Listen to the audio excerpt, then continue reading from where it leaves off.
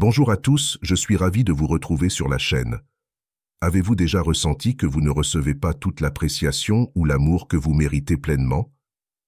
Cela peut être frustrant, n'est-ce pas? Il nous arrive à tous de nous laisser piéger par l'opinion que les autres ont de nous. Mais aujourd'hui, nous allons inverser la situation. Nous allons leur faire comprendre qu'ils ont commis une grande erreur en ne vous valorisant pas à votre juste mesure. Vous allez découvrir des moyens subtils pour influencer leur perception, jusqu'à ce qu'ils reconnaissent enfin à quel point vous êtes exceptionnel. Avant de plonger dans notre plan en 5 étapes pour ne plus jamais être négligé, prenons un moment pour nous connecter à notre stoïcien intérieur. Comprendre comment un véritable stoïcien aborde ces défis sera le socle de notre guide aujourd'hui. Imaginez ceci.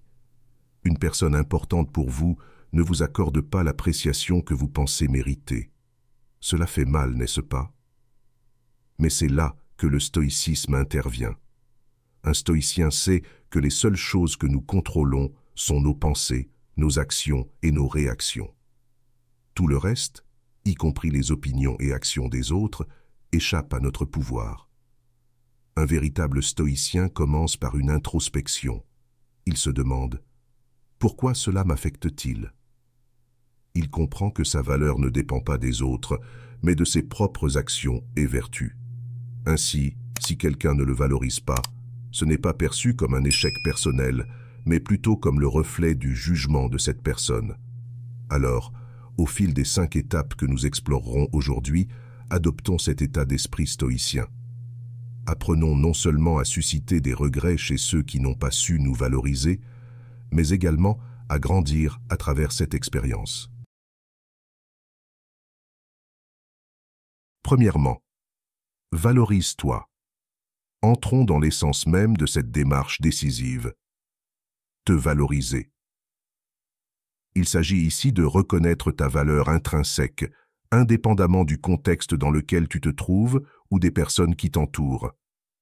Se valoriser n'est pas un concept abstrait, mais bien le fondement sur lequel repose la manière dont les autres te perçoivent et te traitent. Lorsque tu commences réellement à apprécier ta propre valeur, tu envoies un message clair au monde. Je suis digne d'attention. Concrètement, qu'est-ce que cela signifie?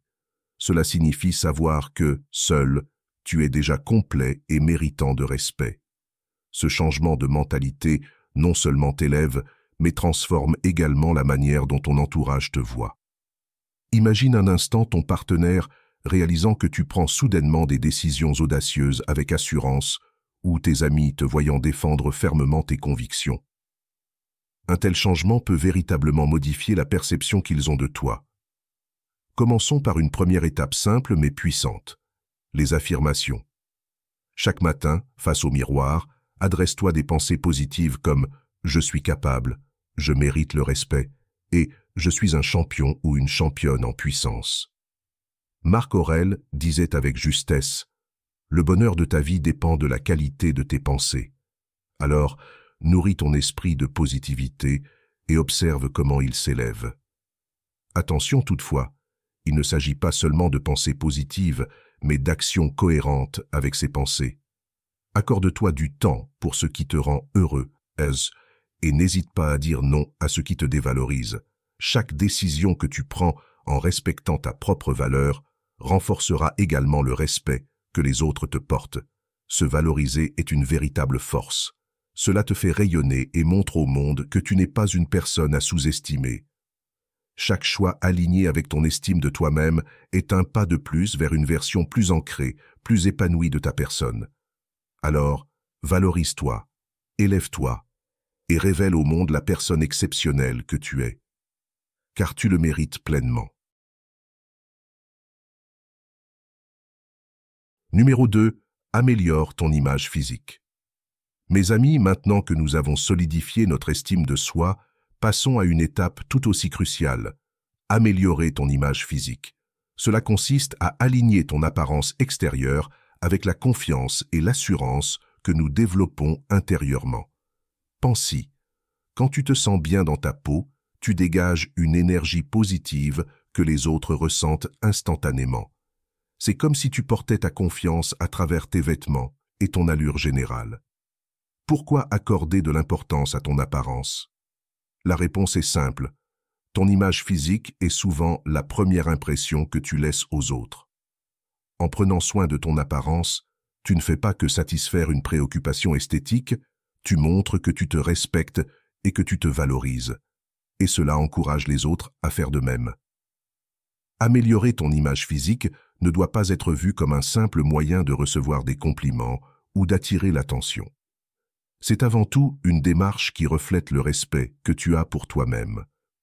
En prenant soin de ton apparence, tu affirmes « Je me valorise et je mérite de me sentir bien dans ma peau ». Cette attitude est puissante et contagieuse.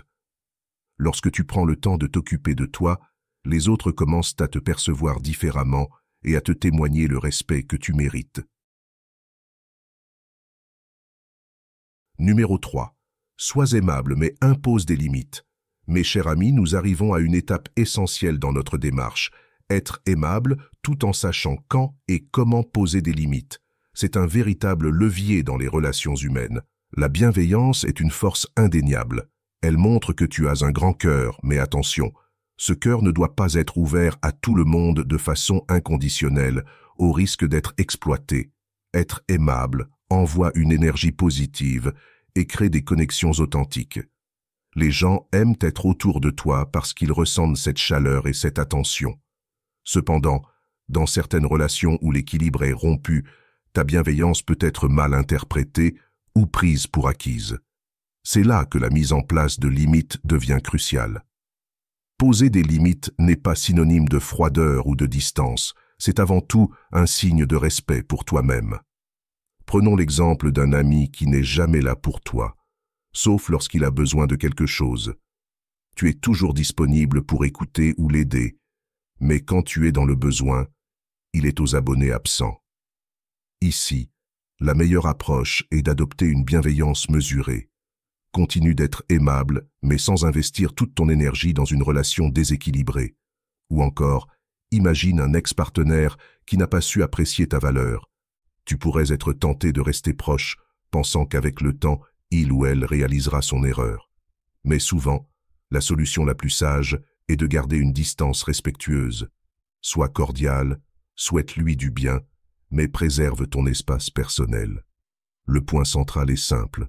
En restant aimable, tu continues à nourrir de bonnes relations. Cependant, en imposant des limites, tu montres que tu es sélectif sur la façon dont tu partages ton temps et ton énergie. C'est une manière subtile mais puissante de signaler aux autres que tu te respectes, et en retour, ils commenceront à respecter tes frontières. Numéro 4. Trace ton propre chemin. Ami, nous entrons maintenant dans une étape cruciale de notre parcours. Tracer ton propre chemin. C'est l'une des actions les plus transformatrices que tu puisses entreprendre, car il s'agit de forger ta propre voie dans la vie. Ne plus simplement suivre les autres ou répondre aux attentes extérieures, mais prendre les rênes et décider de ton propre destin.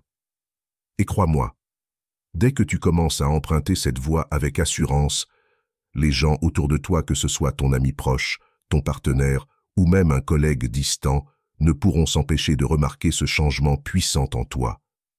Pourquoi est-ce si important? Parce que tracer son propre chemin signifie prendre le contrôle. Cela envoie le message que tu es indépendant, sûr de toi et que tu es capable de diriger ta vie selon tes propres termes. Cette indépendance et cette confiance sont irrésistibles, elles attirent l'attention, suscitent l'admiration et peuvent même inspirer les autres à faire de même. Numéro 5. Élimine la négativité de ta vie. Nous voici arrivés à un point crucial de notre transformation. Éliminer la négativité de ta vie.